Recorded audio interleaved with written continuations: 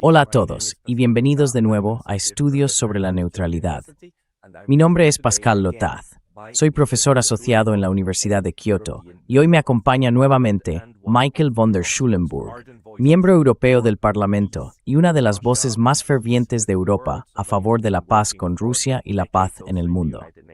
Es alguien que ha trabajado durante décadas en el sistema de las Naciones Unidas, promoviendo iniciativas de paz entre diversas partes. Está aquí hoy con motivo muy triste del cuarto aniversario de la guerra a gran escala entre Rusia, Ucrania y la OTAN. Michael, bienvenido de nuevo.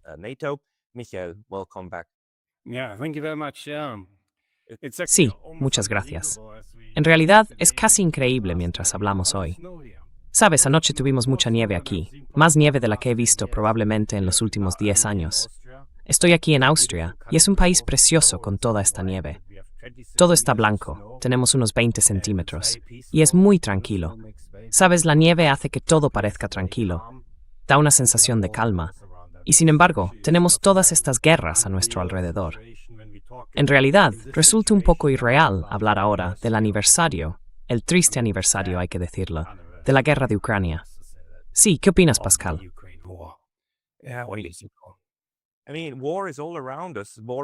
Quiero decir, la guerra está por todas partes.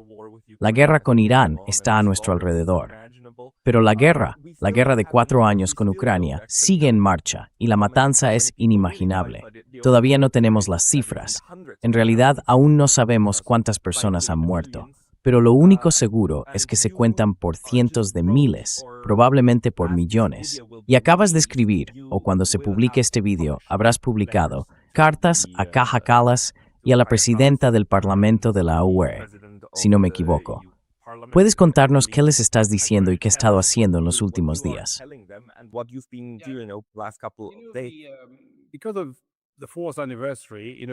Con motivo del cuarto aniversario, un grupo de alemanes y yo nos reunimos y redactamos una propuesta sobre cómo Europa podría negociar la paz con Rusia.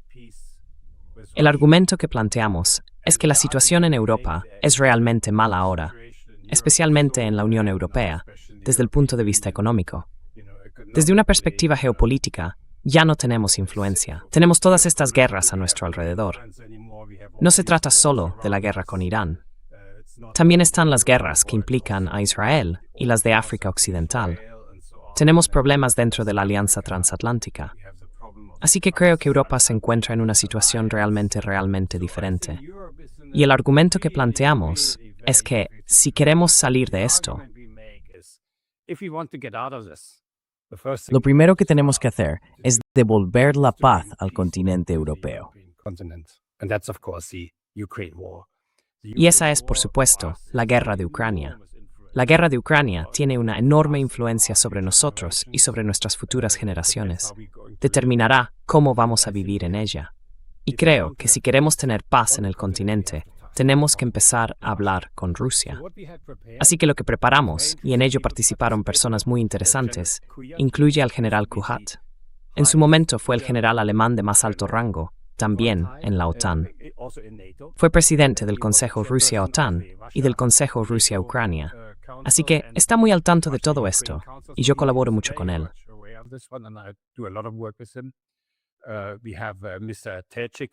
Tenemos al señor Telchik, que fue asesor de Kohl en la época de la unificación, un asesor de política exterior. Tenemos a Peter Brandt, el hijo de Willy Brandt, que ahora es politólogo.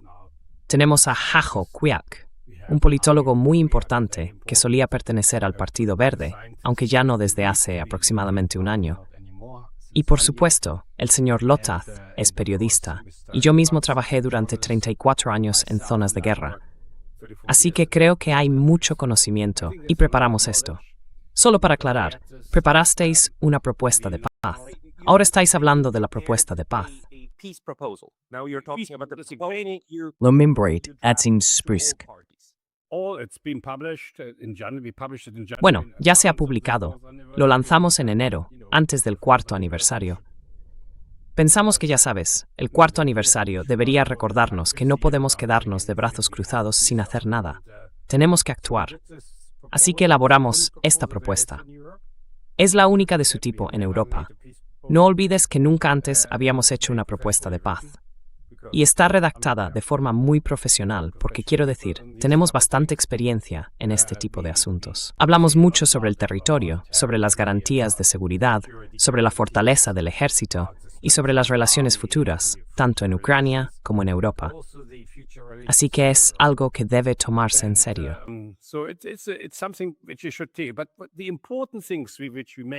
Pero lo importante que enfatizamos, el argumento clave, es que cuando empecemos a hablar con Rusia, debemos adoptar un enfoque positivo, porque hay tanto odio, tanto lenguaje agresivo y cosas por el estilo.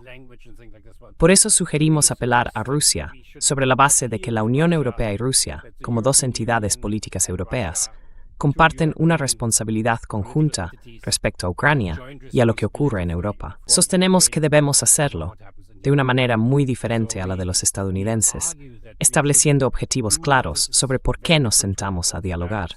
Y creo que estos objetivos son relativamente fáciles de acordar, como por ejemplo preguntarnos, ¿cuál es el futuro de Ucrania como Estado independiente y soberano en Europa?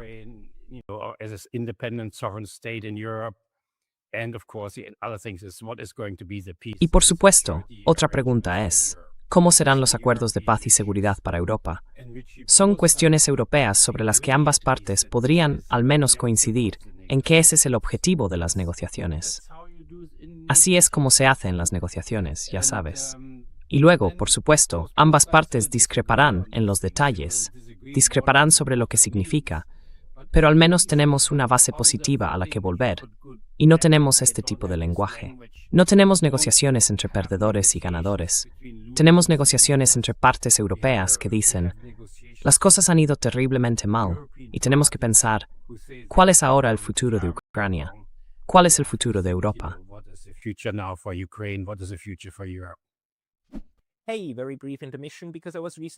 Oye, una breve pausa porque me han prohibido recientemente en YouTube.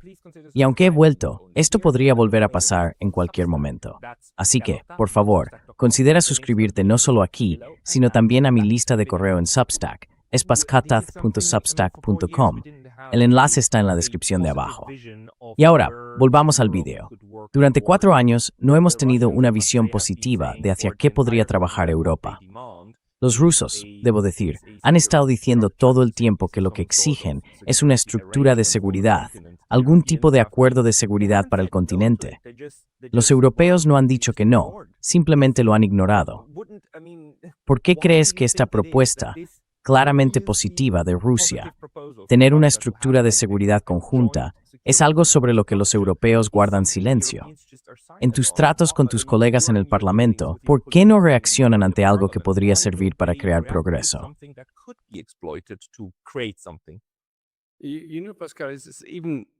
Sabes, Pascal, es aún más asombroso si piensas que en 1990, tras la caída del muro de Berlín y el fin de la Guerra Fría, todos acordamos un tratado internacional llamado la Carta de París para una nueva Europa. Y en esa carta acordamos que no habría bloques militares que nos dividieran. Si tienes una estructura conjunta, la seguridad no puede dividirse. Incluso se llegó a afirmar que todos estamos obligados, en nuestros acuerdos de seguridad, a no hacer nada que amenace a la otra parte. Y luego hicimos exactamente lo contrario, en 1992, cuando la Unión Soviética se desintegró.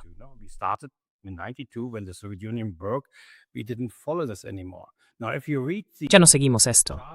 Ahora bien, si lees la Carta de París, un documento de la OSCE, es derecho internacional. Quiero decir, estas cosas son derecho internacional porque están depositadas en el Consejo de Seguridad de la ONU, así que siguen siendo aplicables. Y si siguiéramos esto, básicamente tendríamos un esbozo de cómo podría ser Europa después de esta guerra. Pero lo ignoramos. Ignoramos este tipo de cosas.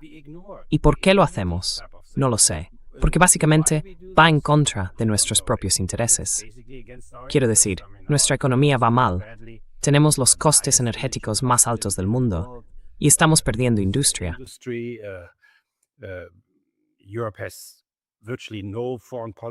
Europa prácticamente ya no tiene influencia en política exterior, lo que ocurre en Irán o en otras partes del mundo, y creo que eso es el resultado de ello. Así que ni siquiera entiendo por qué actuamos como lo hacemos. Simplemente no lo entiendo. Y si miro el lenguaje en el Parlamento, donde habitualmente entre 500 y 600 diputados de un total de 620 votan a favor de resoluciones que quieren continuar la guerra, de facto, el lenguaje es de odio. Y sabes, para alguien como yo, he visto guerras toda mi vida, ni siquiera vi un lenguaje así durante la guerra entre Irán e Irak. Quiero decir, nunca he visto una guerra en la que ambas partes no tuvieran ningún contacto. Normalmente hay algo, aunque no sea directamente.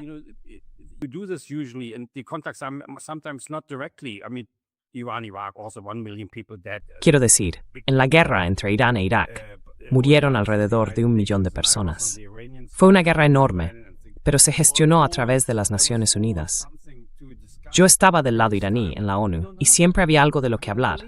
Esta vez no tenemos eso. Es increíble. Estamos viendo al mismo tiempo un colapso del derecho internacional. Ya sabes, básicamente Trump cree que ya no está obligado por los tratados, por el derecho internacional, y nosotros estamos diciendo casi lo mismo ahora. Así que realmente ya no tenemos un derecho internacional que se aplique, y no nos quedan acuerdos sobre la limitación de armas.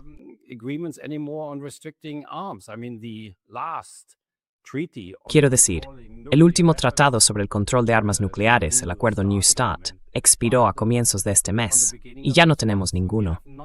En un momento en que estas armas se han vuelto mucho más avanzadas que en la década de 1960, no tenemos ningún acuerdo sobre armamento, y eso es muy, muy peligroso. Quiero decir, ya no hay teléfono rojo, ni medidas de fomento de la confianza, nada en absoluto. Pero ahora tenemos cohetes que, en los viejos tiempos, en los años 60, habrían tardado 6 horas en llevar una bomba nuclear a Rusia o viceversa, y ahora son solo unos pocos minutos. Eso es algo realmente muy peligroso. Y tenemos reuniones como la de Múnich, la conferencia de seguridad, y no hay ningún acuerdo sobre esto en absoluto.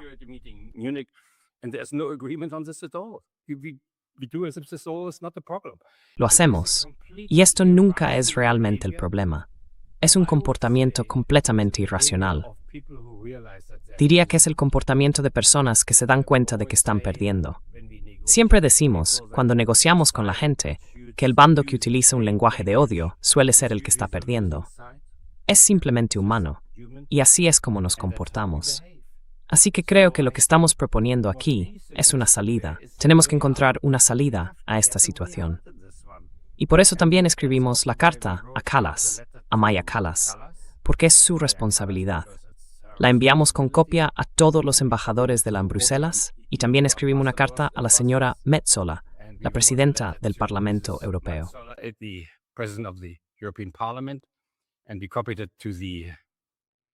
Y lo enviamos a los comités de la UE de Relaciones Exteriores y Seguridad y también a los líderes de todos los partidos políticos. Veremos cuál es la reacción.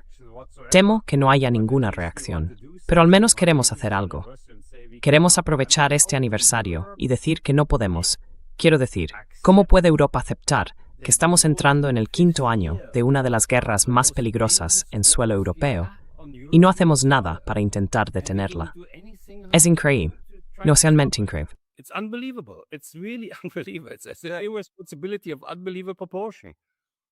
Es una irresponsabilidad de proporciones increíbles. Las personas a las que diriges esas cartas y la propuesta de paz del lado europeo son las mismas que te dirían que quieren acabar la guerra desde ayer, pero que el único que puede hacerlo es Vladimir Putin, quien tiene que abandonar Ucrania, incluida Crimea, y luego estar dispuesto a enfrentarse a un juicio en La Haya. Aún hoy siguen diciendo eso. No puedo creer el nivel de incapacidad o falta de voluntad para implicarse realmente en algo parecido a un proceso adecuado que permita salir de esta situación. En las guerras que has presenciado, hay un punto, un momento, en el que este tipo de mentalidad de bloqueo se rompe y se abre espacio para que comience un proceso real.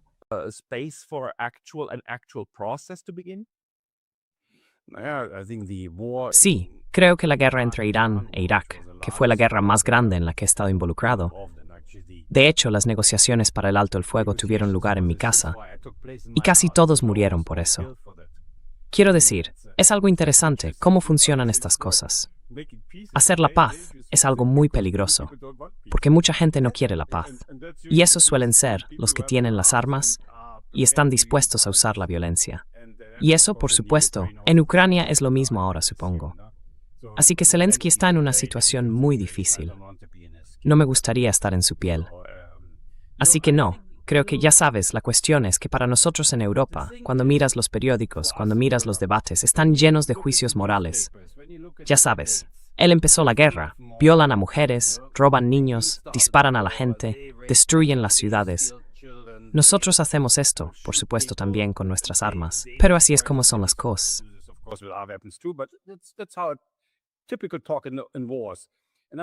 La típica charla en las guerras, y estoy seguro de que en Rusia dicen lo mismo. Los otros la empezaron, ellos son los imperialistas. Nosotros decimos que ellos son los imperialistas, lo que sea. Es el discurso típico de la guerra. Quiero decir, si estás acostumbrado a esto en las negociaciones, normalmente simplemente lo ignoras. No deberíamos olvidar que las guerras son inmorales, pero no tratan de moralidad, tratan de intereses. Tienes una guerra, en el viejo sentido de Clausewitz, cuando no puedes resolver tus intereses en conflicto mediante negociaciones, ya sea porque no negocias, como hicimos en el caso de Ucrania, o porque no puedes llegar a una solución. Entonces la guerra se convierte en la solución. Es como en un bar. Empiezas una pelea a puñetazos, porque no puedes ponerte de acuerdo sobre quién va ganando el partido de fútbol o lo que sea, y entonces eso es lo que lo decide.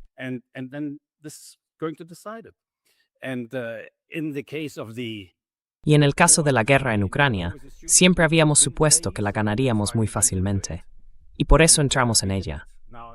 Ahora parece que Rusia está ganando.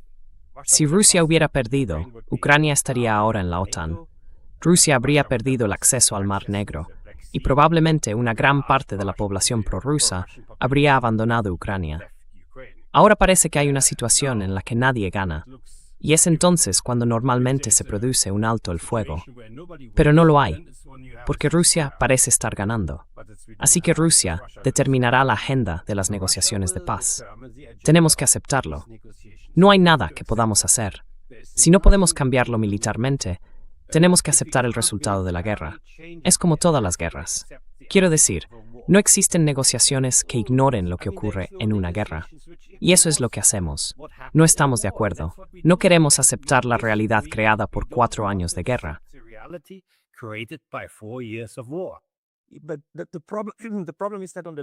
Pero el problema es que en el bando perdedor siempre hay una facción que quiere continuar. Quiero decir, en Japón, los militaristas de 1945, en los últimos días de agosto, decían que querían 100 millones de mártires. Japón solo tenía 60 millones de habitantes, pero añadieron 40 millones de Corea, diciendo, lucharemos todos colectivamente hasta la última gota. Y fue de hecho el voto decisivo del emperador el que dijo, no, nos pondremos del lado de los otros, sufriremos lo insufrible. Eso fue literalmente lo que grabó y transmitió al pueblo japonés. Sufrid lo insufrible. Nos rendiremos para salvar a la nación de la destrucción total. Pero había quienes querían continuar. Y me parece que en Europa, esa facción tiene la ventaja.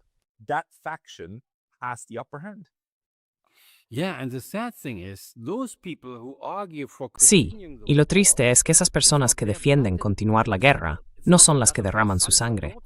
No es la sangre de sus hijos e hijas. Quiero decir, en el Reino Unido al menos, sus hijos estaban en la guerra. Eran pilotos y soldados y cosas así. Pero aquí hacen algo extremadamente inmoral. Las personas que defienden la continuación de la guerra no cargan con el peso de la guerra. Y esto es algo que no deberíamos aceptar. Ahora tenemos la experiencia histórica. Sabemos que cuando no se aceptan negociaciones para poner fin a una guerra, lo que ocurrió en Japón fue que se lanzaron 2 bombas nucleares sobre el país, y eso al final rompió el estancamiento. Dijeron, tenemos que negociar la paz.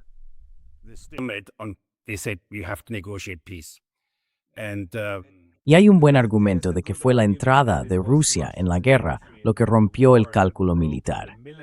Pero en fin, el caso es que decidir tener una guerra nuclear es una locura. No deberíamos estar haciendo eso.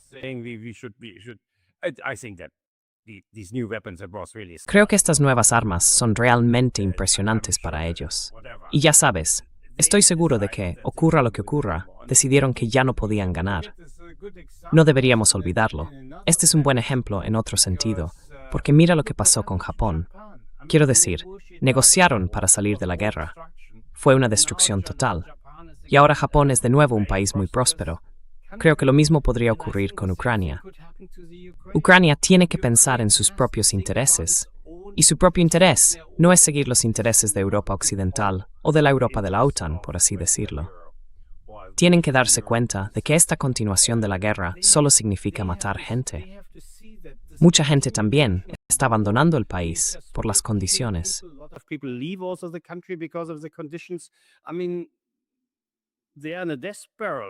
Quiero decir, están en un peligro mortal, la población. Siguen disminuyendo cada vez más. Este país no va a sobrevivir si continúan así. Y creo que los ucranianos no deberían llegar a un punto en el que el ejército se derrumbe, porque si un ejército se derrumba, normalmente el sistema político también colapsa. Entonces será muy difícil que Ucrania siga siendo un estado funcional. Una derrota podría ser devastadora para Ucrania, algo que nuestra prensa tiende a ocultar, pero podría ser desastrosa si Ucrania empieza a perder la guerra por completo. Así que es mejor negociar ahora, y deberíamos apoyarlos en la negociación, los europeos también, en lugar de animarlos a continuar la guerra.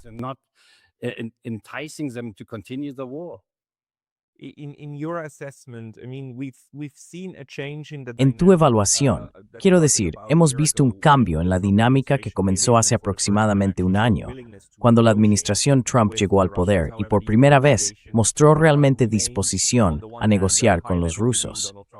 Sin embargo, estas negociaciones se mantuvieron, por un lado, a un nivel muy alto entre Donald Trump y Vladimir Putin, con llamadas telefónicas y una reunión real en Anchorage. Y luego se mantuvieron en un nivel algo más bajo, pero nunca avanzaron hacia negociaciones concretas, hacia una propuesta concreta de solución. Lo que hemos visto recientemente, esta misma semana en Ginebra, es la última iteración de lo que sigue siendo, en mi opinión, un proceso político superficial y no técnico.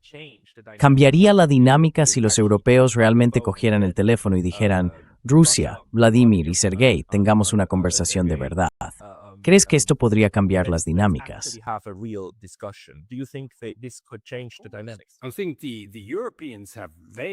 Creo que los europeos tienen muy poca influencia en la guerra, salvo que actúan como obstáculo para la paz.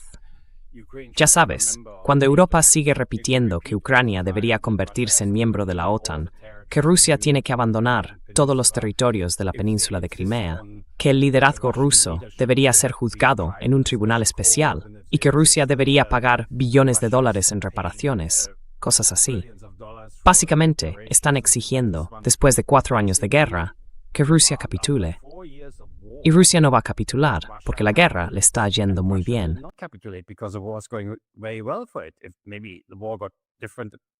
Si la guerra hubiera ido de otra manera, podría ser otra historia.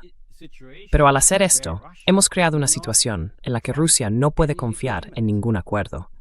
Quiero decir, ya de por sí es difícil confiar en los estadounidenses con cualquier trato. Tienden a romperlos cuando les conviene. Pero los europeos, básicamente, quiero decir, supongamos que detienen la guerra y Europa dice, te incorporaremos a la OTAN. ¿Qué haría Rusia entonces? Simplemente volverían a iniciar la guerra. Así que creo que antes de eso, si no lo olvidamos, al principio de la guerra, cuando tuvimos las negociaciones en Estambul, no había demandas territoriales por parte de Rusia. Ninguna.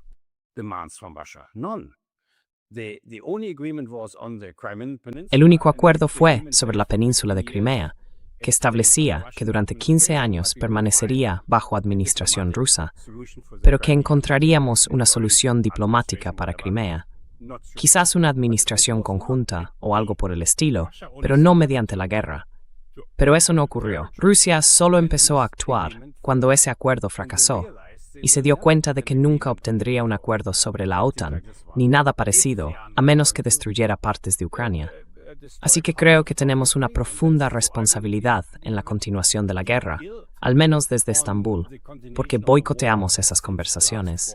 Dijimos que no lo firmaríamos, y luego hubo una reunión de la OTAN el 24 de marzo y cosas similares. En las decidís que no deberían negociar con Rusia. Y entonces ya sabes, los ucranianos cedieron.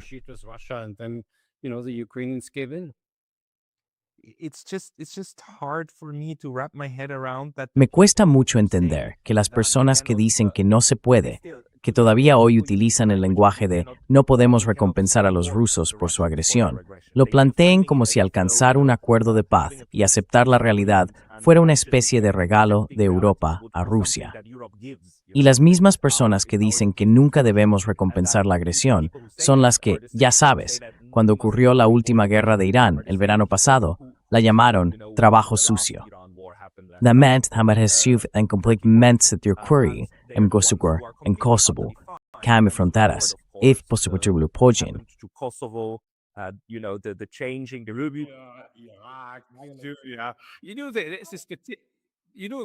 Sabes, Pascal, hay una estadística del Congreso de los Estados Unidos que abarca los 30 años desde que se emitió la doctrina Wolfowitz en 1992. Decía que solo había una superpotencia y que Estados Unidos decidiría lo que el mundo iba a hacer durante los siguientes 30 años, hasta 2022. Durante ese tiempo, Estados Unidos intervino militarmente 251 veces en otros países. Y todas esas intervenciones fueron contrarias al derecho internacional, porque Estados Unidos nunca pidió la aprobación del Consejo de Seguridad para ninguna de ellas. Lo triste, y lo vemos ahora también con Ucrania, es que ni una sola intervención ha dado lugar a más democracia. Ninguna ha conducido a un mejor Estado de Derecho, ni a mejores condiciones económicas. Sucedió lo contrario. Todas esas guerras, Afganistán, Irak, Siria, Libia, por mencionar las que mejor conocemos, terminaron en caos, anarquía y un terrible sufrimiento humano.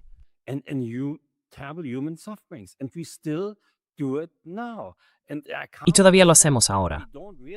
No puedo entender que no nos demos cuenta, aunque fuera ilegal hacerlo, de que la gente no está en una mejor situación. En ningún lugar están mejor. Creo que estas guerras tampoco han puesto a Occidente en una mejor posición. Porque ya sabes, mira lo que pasó en Afganistán. Tenemos de nuevo un régimen talibán allí. En Siria, el jefe del Frente al-Nusra ahora se convierte en presidente. Es casi increíble. Antes había una recompensa de $20 millones por su cabeza, y ahora lo hacemos presidente. Este no es un mundo que estemos creando con toda esta violencia y superioridad militar, que esté mejorando de ninguna manera. Tenemos que pensar de otra forma sobre ello.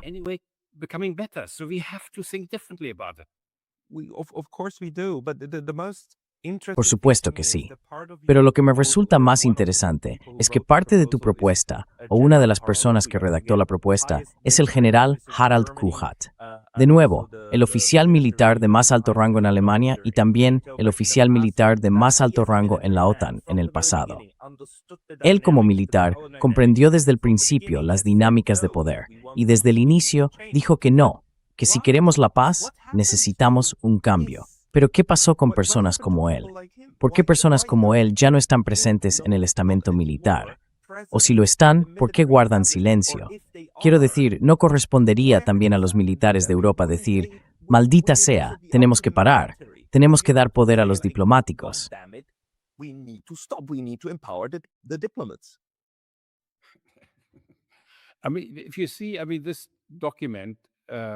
Quiero decir, si miras este documento, sabes, hubo enormes problemas para publicarlo en Alemania. Prácticamente ninguno de los grandes medios quiso hacerlo. Nachdenkseiten no lo hizo, ni siquiera el Berliner Zeitung. Al final, fue Die Weltwoche quien lo publicó. Y hablas de estas cosas, pero ya sabes, en este grupo todos somos personas conservadoras. No somos radicales ni nada por el estilo. Todos tenemos distintas experiencias con guerras y con cómo ponerles fin. Así que es un documento profesional sobre cómo acabar con la guerra. No es antiucraniano, no toma partido por Rusia. Intentamos argumentar que esto está en el interés de Europa y en el interés de la OOS para lograr la paz. Eso es lo que debemos perseguir, pero nos han tratado como traidores. Quiero decir, es increíble. Es increíble.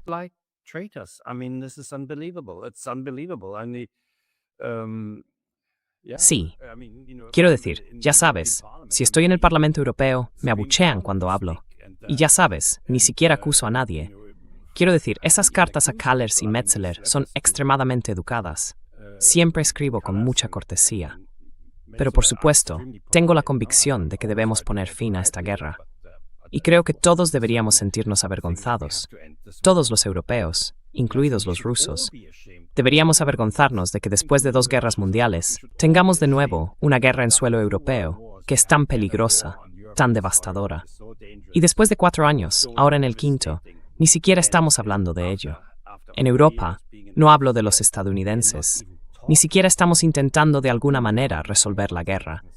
Y todos sabemos por la historia que todas las guerras al final deben terminarse políticamente.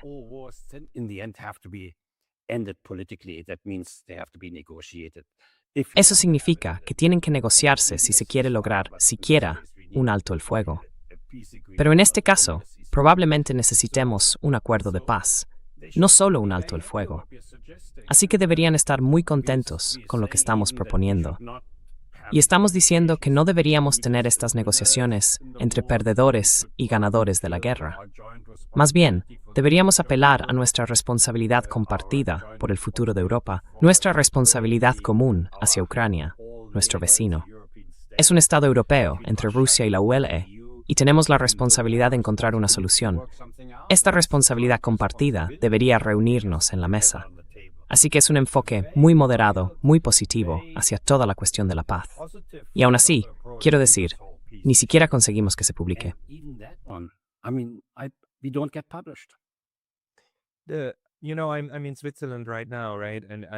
Sabes, estoy en Suiza ahora mismo, ¿verdad? Y he dado un par de charlas en apoyo de la neutralidad suiza. Di una charla en la que no utilicé la palabra Rusia ni una sola vez. Creo que no la usé en absoluto.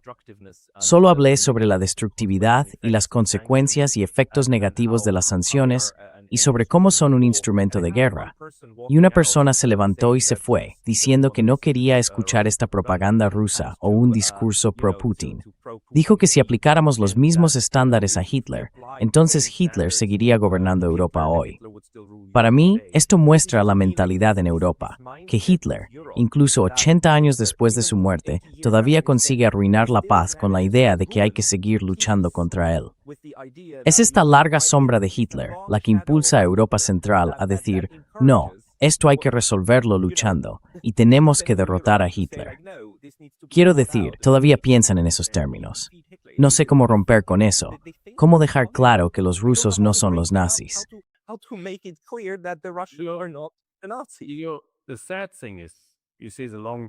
Lo triste es que se ve la larga sombra de Hitler.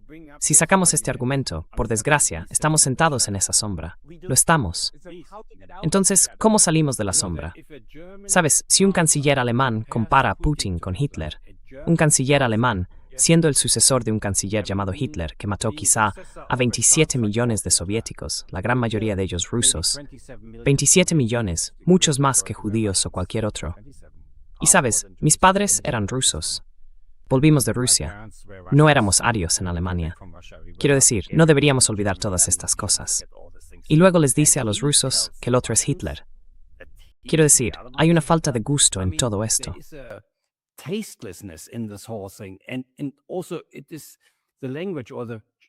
Y además, es el lenguaje, como cuando el ministro de Asuntos Exteriores francés dice que Rusia desaparecerá de la historia si no acepta nuestra propuesta de paz, lo que básicamente significa capitulación y cosas por el estilo. O cuando Kallas dice que tenemos que vencer a Rusia para desmembrarla. Incluso forma parte de una resolución del Parlamento Europeo. Está en una de esas resoluciones. Quiero decir, ¿cómo podemos hablar de paz? ¿Hablar alguna vez de paz? Los europeos deberíamos saberlo mejor. Quiero decir, todo esto de la diplomacia se desarrolló tanto en Europa porque teníamos muchos estados que siempre estaban de algún modo en guerra entre sí. Tenemos esa experiencia, y aún así parece que lo tiramos todo por la borda, y ya no recordamos quién mató a quién en la Segunda Guerra Mundial, o si Hitler era ruso, o más bien un austríaco que se convirtió en alemán. Quiero decir, ¿qué opinas?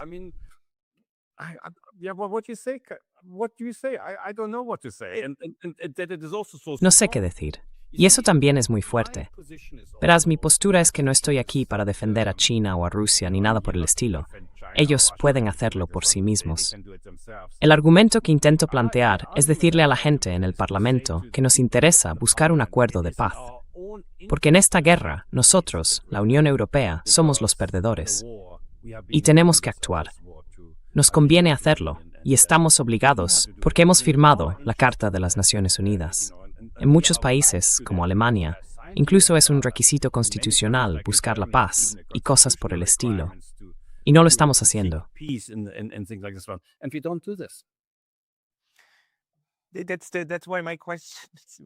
Por eso mi pregunta es realmente, ¿cómo convencer a los nuestros?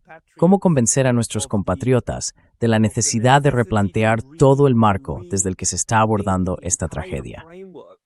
Aquí es, por supuesto, donde entramos en el terreno de la propaganda, del encuadre narrativo, de la guerra cognitiva, no contra el otro bando, sino contra el nuestro. Es solo que quiero una salida a todo esto.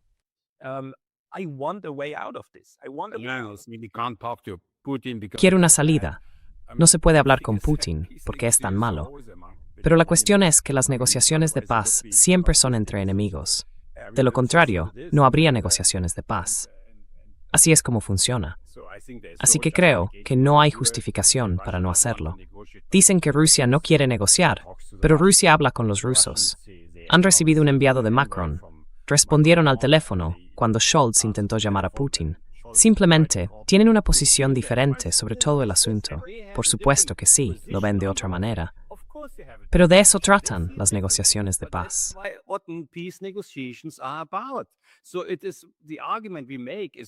Así que el argumento que planteamos es básicamente que las negociaciones de paz no son útiles. Queremos ganar la guerra y luego simplemente decirles cómo son las cosas. Pero verás, incluso cuando se gana una guerra, es difícil ponerle fin. Mira la Primera Guerra Mundial y el Tratado de Versalles, donde Alemania afirmó que era culpable de la guerra. 21 años después, los alemanes estaban en París. Quiero decir, la paz es algo difícil y tiene que negociarse. No debería imponerse como el Tratado de Versalles. Tenemos que hablar con los rusos, tenemos que intentar dar sentido a las cosas, y eso lleva tiempo. Requiere paciencia y, sobre todo, un cambio de lenguaje. Si llamas a alguien Hitler, no puedes negociar con esa persona.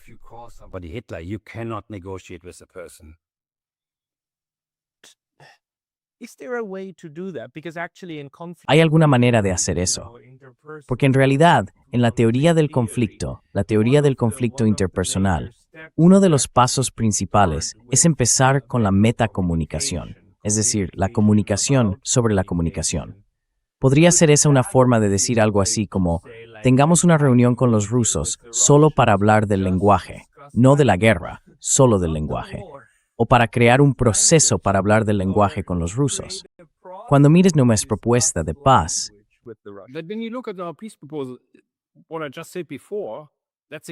lo que acabo de decir antes, eso es exactamente una condición previa. Eso no es una negociación ni una negociación de paz. Es simplemente que acordamos cuál es nuestro terreno común, de qué queremos hablar. Esto es relativamente fácil de acordar porque permite enormes diferencias en cómo implementamos todo el asunto. Pero, como dijiste, necesitamos algo de antemano. Un acuerdo de que tenemos una responsabilidad compartida con respecto a Ucrania, una responsabilidad compartida con respecto al futuro de Europa. Quiero decir, acabamos de descubrir, después de 4 años, que Rusia también es un país europeo. Siempre lo fue.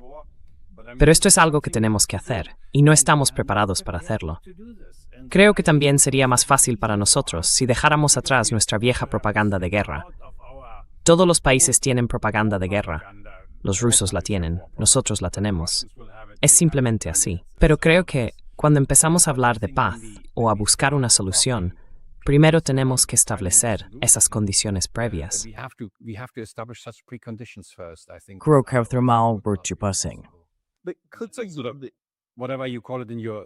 Llámalo como quieras en tu teoría. Yo no soy teórico. Soy una persona práctica. Pero puedo decirte que sé un poco sobre estas negociaciones. Es extremadamente importante encontrar un terreno común antes de empezar realmente a negociar. ¿De acuerdo? ¿Podríamos hacer eso? Sabes, lo que necesitamos es esquivar a los belicistas.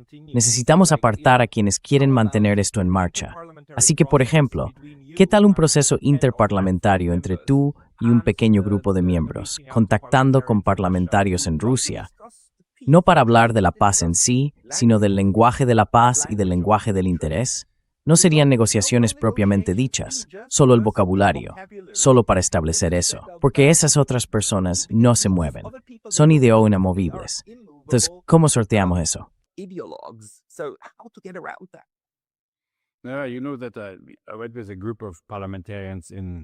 Sabes, fui con un grupo de parlamentarios en mayo del año pasado a Rusia para el 80º aniversario del fin de la Segunda Guerra Mundial.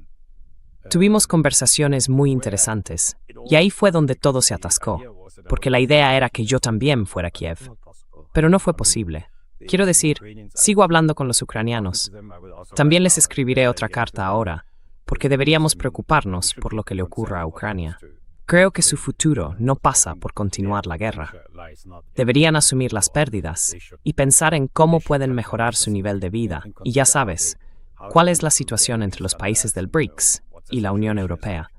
Quiero decir, tienen muchas opciones ahí, creo. Pero esto no ha sucedido. Y creo que es porque realmente tuvimos un retroceso.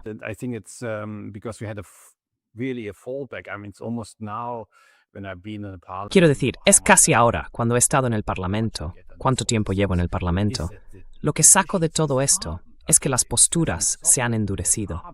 En realidad, no se han suavizado, se han endurecido. Y ya sabes, ahora me ocupo mucho de estas sanciones contra individuos, porque creo que este tipo de sancionar a personas que dicen lo incorrecto es bueno. Y ahora el Ministerio de Asuntos Exteriores alemán incluso amenazó a un periodista cuando hizo una pregunta sobre las sanciones. Quiero decir, de verdad, como un régimen totalitario. Un funcionario del Ministerio de Asuntos Exteriores. Así que creo que estamos viendo un endurecimiento, y el peligro es que entremos en una fase muy desagradable de la guerra hacia el final. Y temo que, cuando hablamos de 1 millón de rusos muertos, o cualesquiera que sean esas cifras, en realidad no sabemos.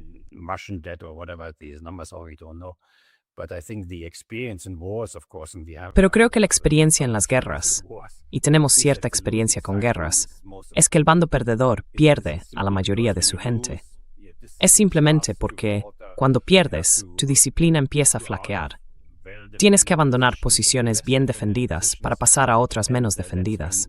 Y es entonces cuando ese bando suele perder a muchas más personas que el otro. Y temo, no lo sé, pero lo temo, que esto esté ocurriendo ahora en Ucrania. Y eso es algo muy triste, muy, muy triste. Sabes, Ucrania tiene una de las tasas de crecimiento demográfico más bajas. La mayoría de las familias tienen quizá un hijo, y ese hijo no vuelve, o vuelve sin piernas, o vuelve tan traumatizado por la guerra que nunca más tendrá hijos.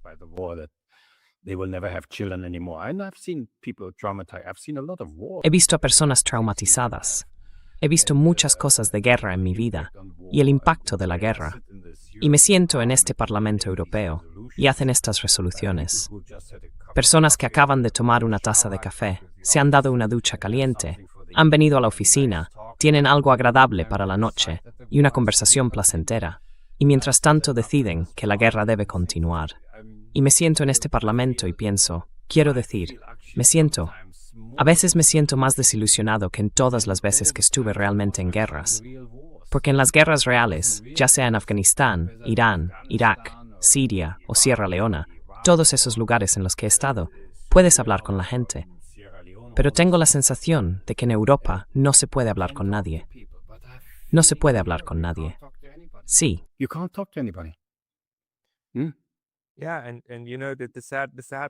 Sí, y sabes, la parte triste de la sociología de la guerra es que las personas que están más alejadas, las más distantes, suelen ser las que más la apoyan con fervor. Normalmente cuando preguntas a la gente de las zonas devastadas por la guerra, a quienes han perdido familiares y amigos, son ellos los que dicen, no, esto tiene que parar. Pase lo que pase, tiene que parar. Y son los que nunca perdieron a nadie los que dicen no. Pero luego, cuando te das cuenta de que ya no se puede ganar,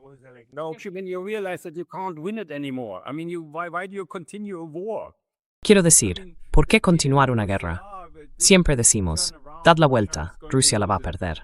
Pero por ahora, en estos 4 años, cuando lo miras, el primer año fue diferente. Desde entonces, después de la ofensiva de verano de 2022-2023, está muy claro que con cada mes que pasa, Ucrania se encuentra en una posición militar peor y, por tanto, su capacidad de negociación también disminuye. Es simplemente así. Es lo mismo en la guerra de Ucrania que en todas las demás guerras. Y básicamente les pedimos que sigan. Quiero decir, ¿para qué? Si hubieran negociado hace un año, habrían estado en una mejor posición.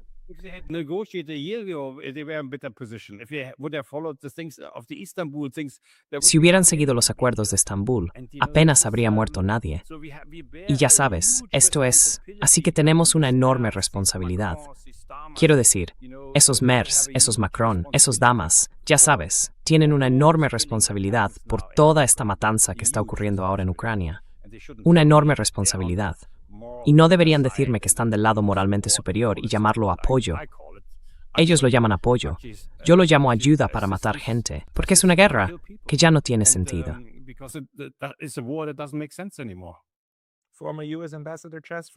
El ex embajador estadounidense Chas Freeman fue quien acuñó la expresión, al comienzo mismo de la guerra, de que la OTAN estaría dispuesta a luchar hasta el último ucraniano. Y no han cambiado esa estrategia. El último ucraniano aún no ha caído. Pero ya sabes, no lo sé. Los ucranianos están siendo traicionados por nosotros.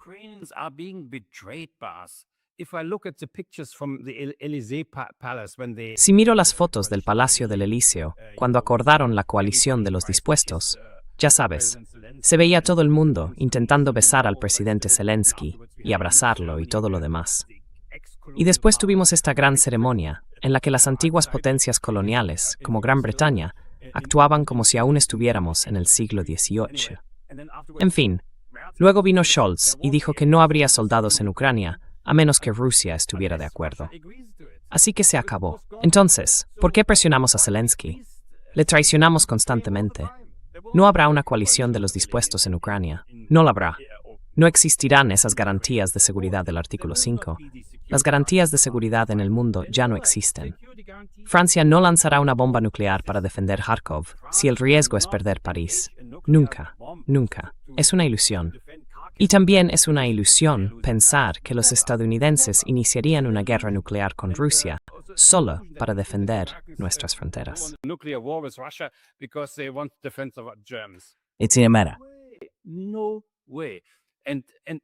De ninguna manera. Y así seguimos dando a los ucranianos la ilusión de que hay algo a la vuelta de la esquina que los salvará, cambiará el mundo y todo eso. Pero lo que realmente hacemos es traicionarlos. Creo que es una enorme traición hacia los ucranianos. Sabes, cuando miras mis escritos, nunca digo nada negativo sobre los ucranianos ni sobre sus asuntos internos, porque en mi opinión, incluido el gobierno, son un pueblo traicionado por los gobiernos, también por el mío, y por los gobiernos de Europa. Así que no estoy diciendo nada malo sobre ellos.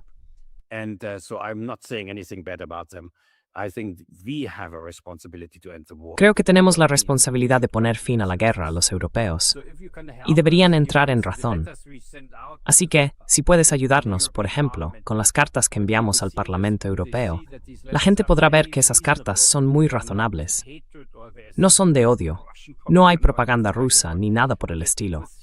Pero la gente debería ver que en este aniversario estamos intentando usar mi pertenencia al Parlamento Europeo para hacer algo dentro de esta institución central, para hacer algo por la paz. Por supuesto, no soy muy optimista al respecto, pero no hacer nada sería aún peor, ¿no? Ese es el punto. No hacer nada sería aún peor.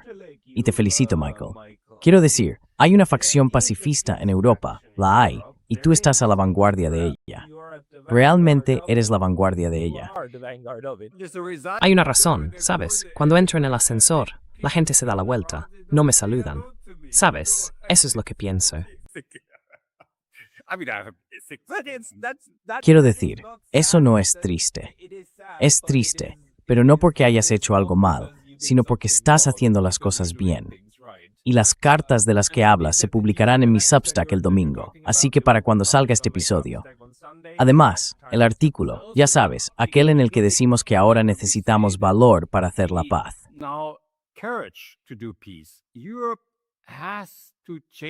Europa tiene que cambiar, y el cambio de rumbo, políticamente, no requiere solo conocimiento y habilidades. Necesita, sobre todo, valor. Deseo que nuestro liderazgo en la UE, y verás que estas letras son muy positivas en ese sentido, tenga el valor de impulsar un cambio.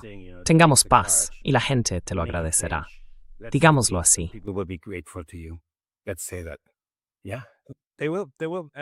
Sí, lo harán. Lo harán. Y solo puedo felicitarte, Michael.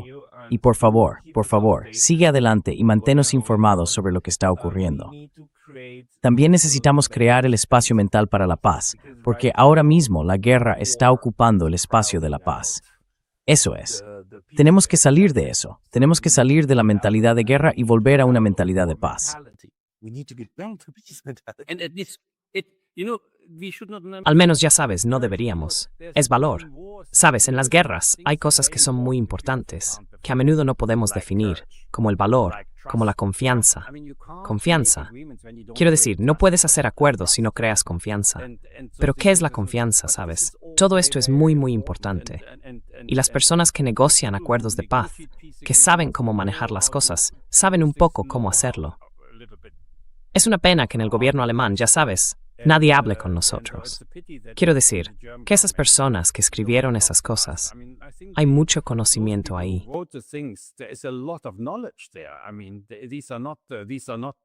Quiero decir, no se trata, ya sabes, de maestros de escuela o estudiantes universitarios o lo que sea. No, creo que aportamos mucho conocimiento ahí, y creo que deberían tomarnos en serio. Y ya sabes, creo que la propuesta está en su estructura, mejor redactada que lo que hacen los estadounidenses, en realidad. No es que piense que no deban hacerlo, pero creo que es algo mucho más profesional. Y sí, podríamos estar orgullosos, porque en Europa tenemos este conocimiento para hacerlo, pero la gente no quiere saberlo. No, la gente que está ahí sentada no quiere saberlo.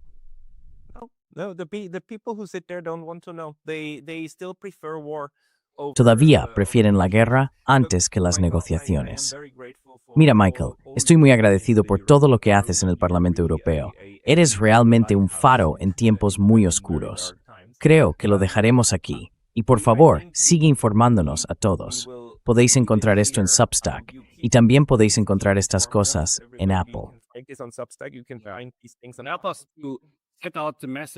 Ayúdanos a difundir el mensaje, no solo a través de las entrevistas, sino también en tu sitio web, para que la gente lo vea, porque no tenemos otra manera. Los grandes medios nos ignorarán. Ni siquiera escribirían sobre nosotros, ni siquiera de forma negativa. Quiero decir, eso ya sería una especie de éxito, pero simplemente nos ignoran. Y con esto, me temo que están ignorando la paz, lamentablemente.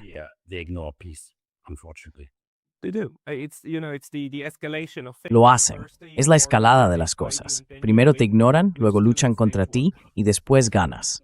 Todavía estamos en la primera fase.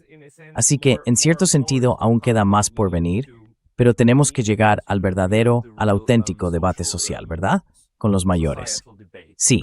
Bien, muchas gracias, Michael. Muchas gracias, de verdad. Ha sido muy amable por tu parte. Gracias. Thank you very much for your time. It was really kind of you. Thank you.